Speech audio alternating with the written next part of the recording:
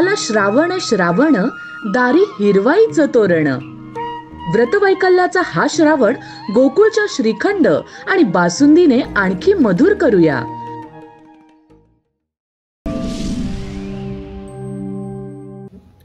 काल देशभरात 78वा स्वातंत्र्य दिन मोठ्या उत्साहात पार पडला.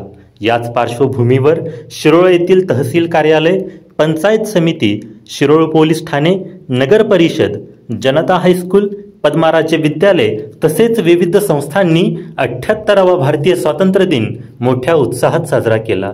यावेळी विविध मान्यवरांच्या हस्ते ध्वजारोहण करण्यात आलं. शहरातील प्राथमिक व माध्यमिक शाळेच्या विद्यार्थ्यांनी राष्ट्रगीत गाऊन देशभक्तीपर गीते गायली. तसेच अनेक विद्यार्थी-विद्यार्थिनींनी देशभक्तीपर भाषणे केली. ढोल ताशाच्या गजरात देशभक्तीपर घोषणा देत शहरातील प्रमुख मार्गावरून विद्यार्थ्यांची प्रभात फेरी देखील यावेळी काढण्यात आली.